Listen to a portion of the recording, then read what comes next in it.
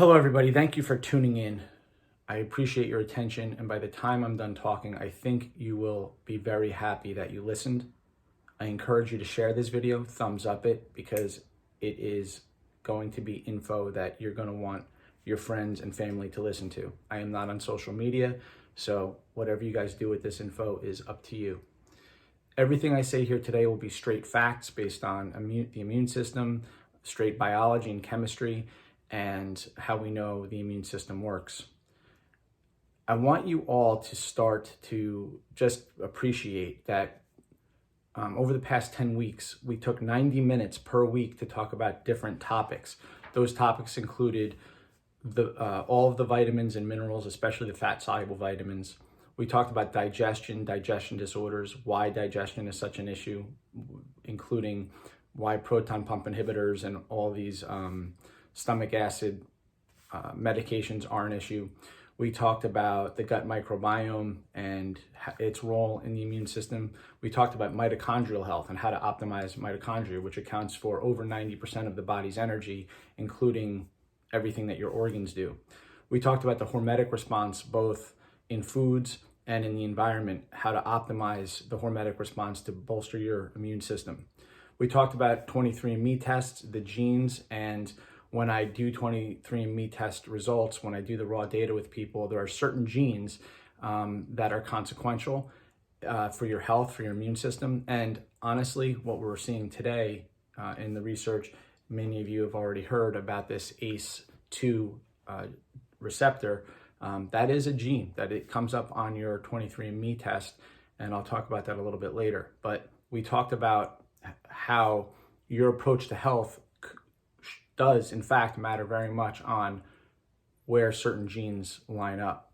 We talked about sleep, the importance of sleep, how to get better sleep, the importance of sleep cycles, what happens in each cycle, hormones that map onto health, and hormones that that map onto sickness when you don't get enough sleep. We talked about breathing while you sleep, if you're a mouth breather while you sleep, sleep apnea, walking around as a mouth breather. We talked about the consequences of that and what you're missing if you're not a nose breather. We talked about depression and anxiety and how to mitigate these things. And we talked about overall heart health. It's a lot of information. Obviously, I will not be able to go through all of the details of those seminars. However, my hope today is to give you an overview of what we talked about, the big bullet points, the cliff notes, and show you at least a little bit why some of this is a little more complicated than you think, but then I'm going to try to make it very, very simple. First, I want to start off with an analogy. I want you to imagine that all of civilization is lined up at the starting line. We're about to run a marathon. I want you to appreciate when that gun goes off, when everybody starts running, who will be the bottom 1% to cross the finish line? It will be people who are older. It will be people who have metabolic syndrome, which we'll talk about more specifically in a few minutes. And it will probably be smokers, and it'll be people who don't exercise. This analogy is a perfect analogy for how this virus is attacking our civilization, because it is in fact attacking the lungs in a very specific way. And when we look at the data on who is succumbing, it is that bottom 1% of who we would expect in a marathon to finish last. Now, why do I say this? I'm saying this because I believe that there are reasons why some people will be non-responders to this. Never mind not die from it, right? So I want to share why I believe, and there's strong evidence for this, why some people will get a fever and a cough as opposed to wind up in a hospital. Let me explain. I want you to appreciate that if this is a marathon we're about to run, hear me out. If I'm your coach, how would I train you? I would teach you to eat right. I would teach you to move. I would teach you how to optimize hormones. I would teach you how to breathe correctly. I would want you to understand some of the hacks that we know about sleeping and getting outside into sunlight, I would want you to understand the hacks to get rid of any underlying disease which pervades our society, including type 2 diabetes, high blood pressure, obesity, insulin resistance, certain digestive disorders, gut dysbiosis, all these issues that are going on with the gut microbiome, autoimmune diseases. I could go on and on here, but you get the idea. As a coach, I would want to get you ready for this marathon. And I want you to appreciate what's about to happen and is happening right now. And it's possible I might get emotional. What's about to happen is people are going to go to the food store, buy everything they can. They're going to sit indoors. They're going to be sedentary. They're going to eat too much. They're going to worry nonstop. They're going to not sleep well because of what's going on. They're going to not breathe well, which I don't blame them. They're going to contribute to metabolic syndrome. The exact issue that we know, other than age, other than your genes and your gender, is one of the biggest contributors to why people are getting so sick. Now, let's start talking about some of the things that maybe you've been hearing in Facebook or whatever, wherever you're getting your information. I'm going to show you how true it is. And then I'm going to show you some of the problems with it. So I'm sure many of you have heard about some of these vitamins up on the board. Vitamin C, selenium. Well, selenium, vitamin C is a vitamin. Then you have selenium and zinc, right, which are trace minerals. And yes, they are very, very important to immune function. However, if your approach is that you're going to go ahead and supplement with a whole bunch of zinc, and you heard that Brazilian nuts have a lot of selenium, there's an issue. Similarly, on the other side, fat-soluble vitamins, vitamins A, D, and E, are fat-soluble, and they have a lot to do with your immune system. I put vitamin K2 up there because many of you who supplement with vitamin D also have K2 in there. And K2 is very important for putting calcium into bones and where it belongs in your body. But I'm putting that up there for a reason. I want you to appreciate what's about to happen here. Vitamin C, if you supplement with vitamin C, I have no problem with that. Okay, just make sure that you supplement preferably vitamin C with flavonoids, which will increase the half-life of vitamin C significantly. Selenium. So watch, if you hear, oh, Brazilian nuts are super high in selenium, and you start, in fact, I have a bag of Brazilian nuts right here, okay? There's a bag of Brazilian nuts. If you start to eat a whole bunch of Brazilian nuts because you hear they're high in selenium and they have something to do with, selenium has something to do with your immunity, your immune response, you're right. However, you can get selenium poisoning, and you can get selenium poisoning fairly easily by eating too many Brazilian nuts. How many Brazilian nuts should you eat a day? 2 or 3. If you're eating a dozen Brazilian nuts throughout the day, every day, Brazilian nuts are insanely high in selenium, and you will get what's called selenium toxicity. It will make you very uncomfortable. Similarly, if you hear that zinc is great to take for your immune system, well, there's a couple of problems with that because zinc antagonizes copper and iron. And all of a sudden, and yes, you can also get zinc toxicity. So here's my takeaway, okay? This is one of the reasons why I run seminars, and we want you to understand certain things here, but I could go on and on about different minerals and vitamins and what the problems are, and that's why it's so important to be informed. But in a situation like this, just appreciate that information's coming into you guys, and very few people are talking to you about the consequences of things like selenium poisoning, getting too much zinc, and how it antagonizes copper and iron. And these are things you can all look up for yourself. We've spoke about in seminars in the past. So what's the best thing to do? For your selenium, nuts and seeds. For zinc, same thing. Nuts, seeds, good organic meats, a great idea, and fish. Vitamins A, D, E, and K2, we have a separate issue here. These are fat-soluble vitamins. Now, we talked first about digestion. And why did we do that? Just follow this path. In one of the first seminars, we talked about digestion starts actually how you prepare your food. So let me start with this. You all of a sudden want to become healthy because you hear what's happening and you hear this message. And now you've drawn a line in the sand. So now you're going to do things like you're going to buy your leafy greens. You're going to buy, kimchi, which has lots of vitamin K2 and helps our insulin response. And you're going to go buy, other nuts and seeds. Here's the issue. Many people don't digest this well. And there's a reason for that, or they have adverse reactions. And I'm going to talk to you about why that is. Things like kimchi, vinegar, there's a whole bunch of things. You could just Google high histamine foods. There are some foods that people their nose will start running, their stomach will hurt. There's about 8 different ways that high histamine can affect the body, and including your lungs. So is it a good idea to have a bad histamine response in the face of a disease like this? Probably not.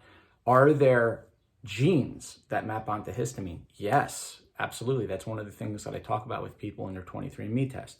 But I'm not telling you not to eat these foods. What I am saying is pay attention to how higher histamine foods relate to your body. You should be able to tolerate them, but and if you do recognize that you're having a higher response, runny nose, et cetera, just eat less. But there's also the issue with, leafy greens that people have issues with for reasons that we talked about. I'm not going to get into it, but things like oxalates and other digestive issues in the gut can be a problem. It is much easier digestion-wise to eat things that are highly, highly processed. It's much easier on your body to do that. But your body, your whole body, including your digestive system, is meant to be strong and resilient.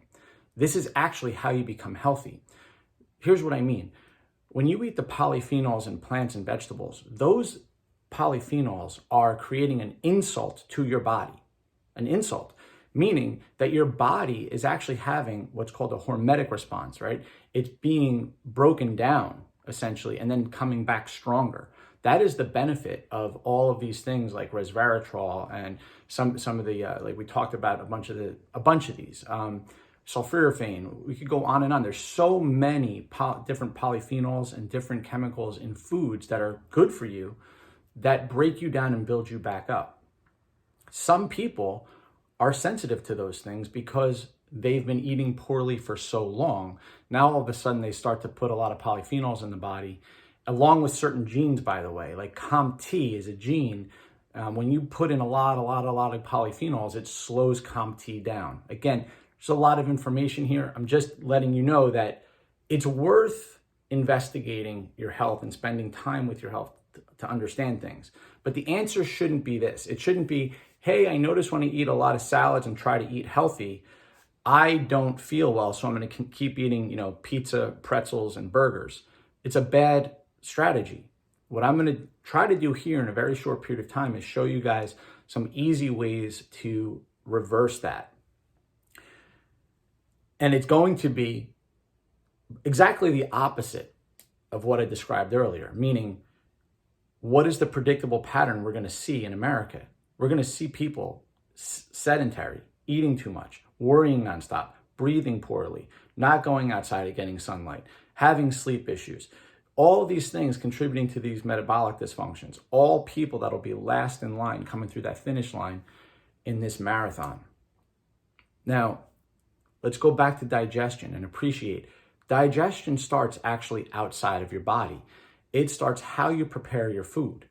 So better ways so if you have issues, for example, obviously I won't have the time to go into every example here. That's why we did seminars for such a long period of time on this. But if you have problems with raw leafy greens, try blanching them in hot water for 30 seconds and then eating them. If that still bothers you, blanch them, and then blend them, and then drink it along with other things in there, right? So you don't have to just drink leafy greens. You could put other things in there to make it taste better. But the point is that as a larger looming issue here, just how you prepare food matters. And I'm prepared to answer questions about this as we go along. I'm just giving you guys some ideas. Similarly, when we start to eat food, appreciate the fact that the average American eats way too fast. We don't chew our food and we swallow it. It goes into our stomach, and most people have stomach acid issues. We do. How do we know? Because you're getting acid reflux all the time. Acid reflux is almost always not an issue of you having too much stomach acid. It's an issue of you having too little stomach acid, and it's not acidic enough. There's a sphincter right on top of that by your esophagus that's supposed to close when acid hits it. All right, it's like a reflex. The problem is when stomach acid is low and when it's not acidic enough, that sphincter starts to relax. And then when you go to lay down, all that food comes up, and that's an issue. And then so your instinct is, well, let me go take something to lower my stomach acid, a proton pump inhibitor, whatever that your doctor will prescribe, a little purple pill.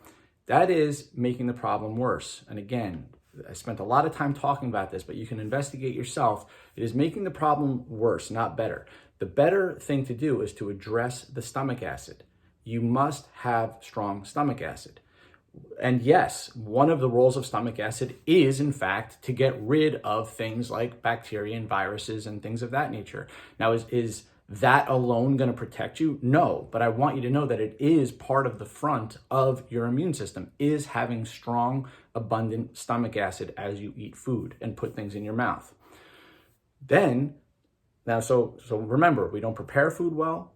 We already haven't been eating well, right? Now all of a sudden we want to eat well. So now we have to pay attention to how we prepare food, how we chew our food. We have to pay attention to our stomach acid and making our stomach acid better. How do we do that?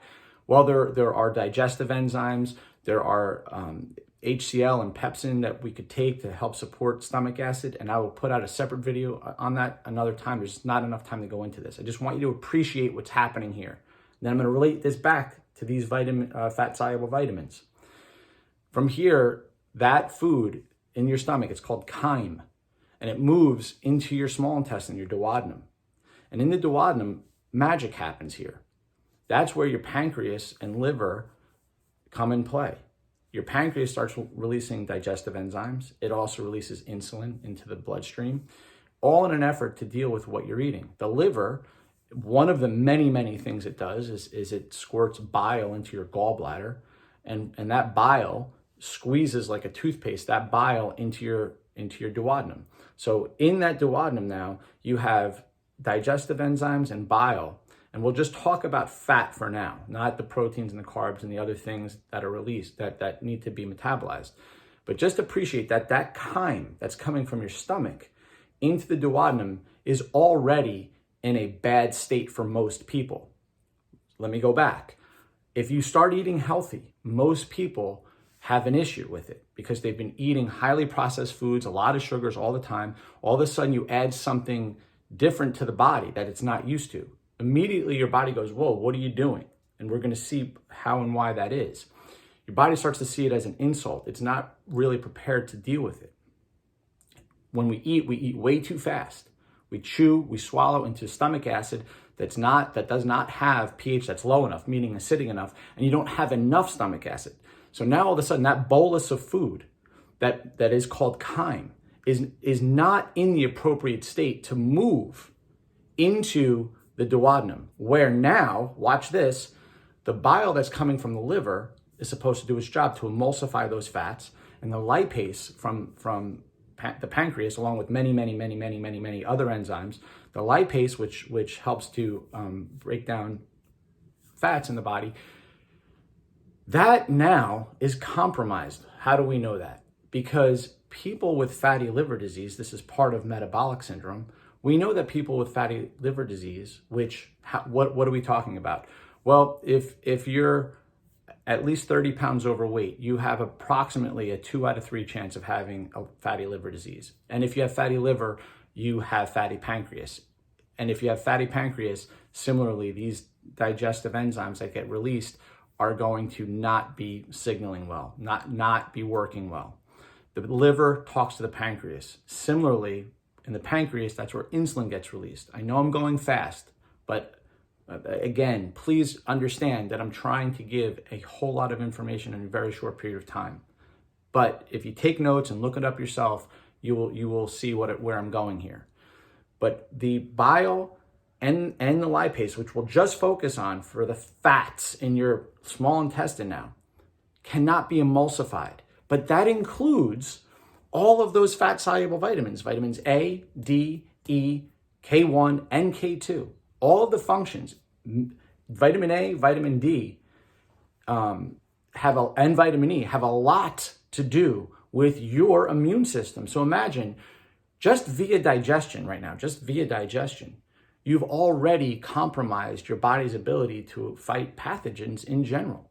Then it gets passed on through your small intestine and goes into your large intestine and into the colon, where we talked about a whole bunch of issues that go on in the gut microbiome and how that gets compromised. I will not have time to go into that, but please understand that just via digestion and how we eat, prepare our foods, and what we've set ourselves up for here is an issue.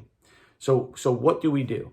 Well, we start by, if you are somebody who you just haven't been eating right for a very long period of time, and salads and leafy greens and vegetables and fruits in general just bother you, I would tell you that it's a good idea to start off slow, just a little bit at a time. Experiment with, again, pre-digesting that food. Well, a way to pre-digest it is you blend it or you blanch it, etc. Make sure you take the time to really, really chew your food. Go slow when you chew, because there's digestive enzymes in your mouth as you chew that help break that food down. Now, from here, all that we want, foods, minerals, all these things to be absorbed into our body, right? To help bolster the immune system. We talked later about mitochondrial health and the benefits of having strong, healthy, young mitochondria. Long story short here, guys, if you want really, really healthy mitochondria, stop eating so much. If you want dysfunctional mitochondria, don't move your body and eat too much. Those two things. Remember, your mitochondria it's over 90% of your body, energy of your body is provided by the mitochondria. Now, what did I say? We're about to eat too much and move too little. That's what's about to happen here. If you want young, healthy mitochondria, move your body and don't eat a lot of food. We talked about the oxidative stress that happens proximal to the mitochondria, and how that leads. That is now the leading theory of inflammation. And we know that inflammation, if there's one predictor of age and later disease and cancer and cellular senescence, all these things, we know that it has to do with inflammation. And it's this particular type of inflammation which seems to be the most consequential. So again, long story short, move your body, don't eat a lot of food.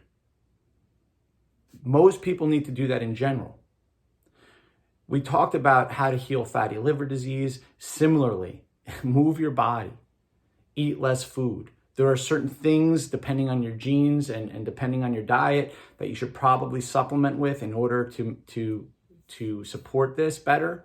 But in general, if you move more and eat less, you're going to be better off. We talked about breathing, the consequences of not breathing through your nose, not getting exercise, sleeping with your mouth open, having sleep apnea. These are all things that map onto heart health and nitric oxide levels in your body. Google for yourself, why is nitric oxide important, and you will be astounded.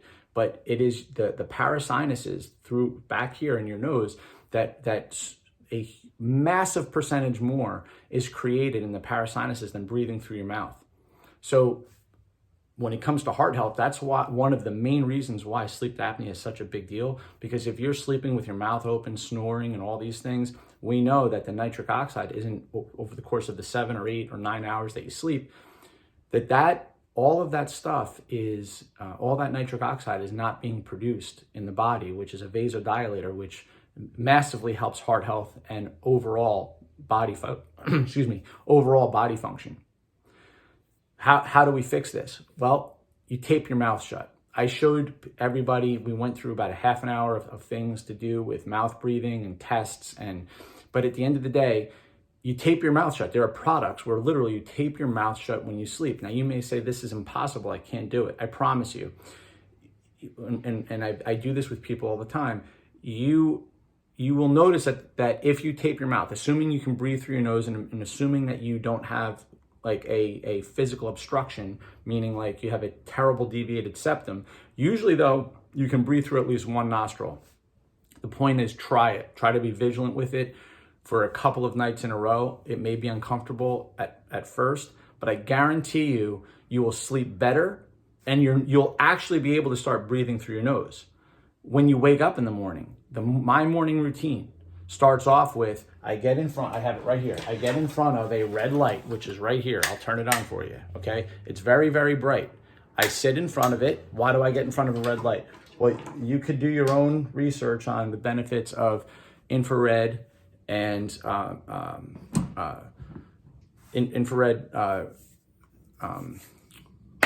benefits of infrared light, far infrared and near infrared. Please do all your research there. There is a guy out of Harvard University who's one of the leading researchers. But I figure I'll kill as many birds with one stone here. Part of my morning routine, I sit in front of the far and near infrared light. It's a combination of both. I shine it on my face and my chest as I do my breathing exercises, which is it's a very particular way. Long story short, do it with your mouth closed. Focus on breathing through your nose. You could either do a Wim Hof method, which we talked about, but remember the main thing with Wim Hof is the breath holds. The breath holds. Yes, you can do the deep breathing, but it's the breath holds that really matter. That's what the focus is. That's where the benefit is. And then the meditation afterwards. So, or you could do some of the other things that we talked about, which are breath holds without the deep inhalation, exhalation. The point is that you have to learn to breathe through your nose.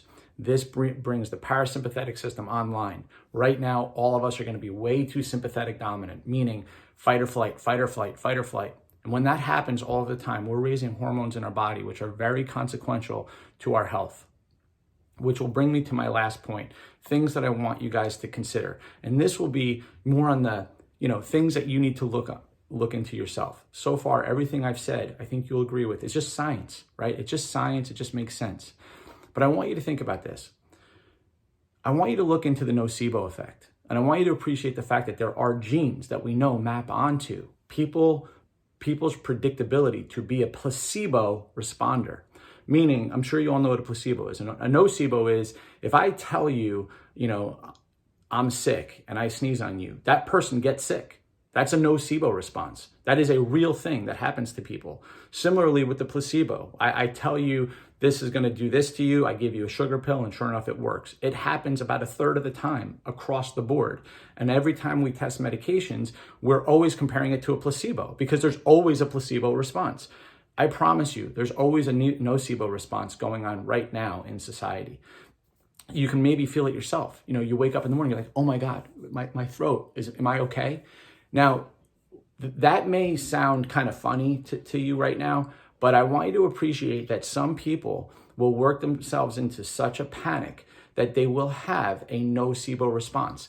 I want you to also appreciate the fact that you have an insane amount of viruses in your body right now, all from our ancestors going back thousands and thousands and thousands and thousands of years ago, all of which have been passed on through our DNA. But some of these viruses have laid dormant and can be consequential. So how do we wake viruses up that could be consequential? Well, here we do exactly what is about to happen in society. Okay, and this time I'm not going to start breaking down emotionally. I'm going to get a little angry. We're going to eat too much. We're going to move too little. We're going to worry ourselves to death. We're going to not breathe properly. We're not going to sleep well. We're going to contribute to our metabolic dysfunction. And then you wonder, well, why am I getting sick? And it doesn't have to be the coronavirus, right? But I want you to appreciate how many people are about to get sick and think that they have something going on. Now, I am not saying that this coronavirus isn't going to actually do what it's going to do percentage-wise. And if we look across the broad spectrum, we're looking at a 1% death rate. The point of this video is to get you to be as close to a non-responder as possible. And I hope you appreciate that the information that I'm giving to you is a many books worth of info. But I want you to know the info is available. This is why I run seminars. This is why I'm available to you. This is why I put out YouTube videos. And I'm going to stop here because I said 30 minutes, but I will give out more information as time goes on and as questions come in. But I'm going to leave that up to you. All right. So if you have questions, if you want to hear more things, you text me. All right. Via your correspondence, I will address, because I have plenty more to say. We can talk about this ACE2 gene. We could talk about why that matters. We could talk about, the role of cholesterol in your body, especially LDL, and why it matters based on longitudinal studies, and whether or not you should talk to your doctor about your statins and how HDL is so helpful to fight viruses. And you can look all that up yourself, or I could make a video for you. But I have plenty more to say. And if you want to hear more, let me know. But at the end of the day, guys, I want you to appreciate, I'm gonna be outside getting sunlight. I'm gonna be exercising. I'm gonna keep doing what I'm doing. Will you? Will you? But appreciate, we're in a marathon, and I want you guys to finish in the top 10%, not the bottom 1%. I love you all. Have a great rest of the day.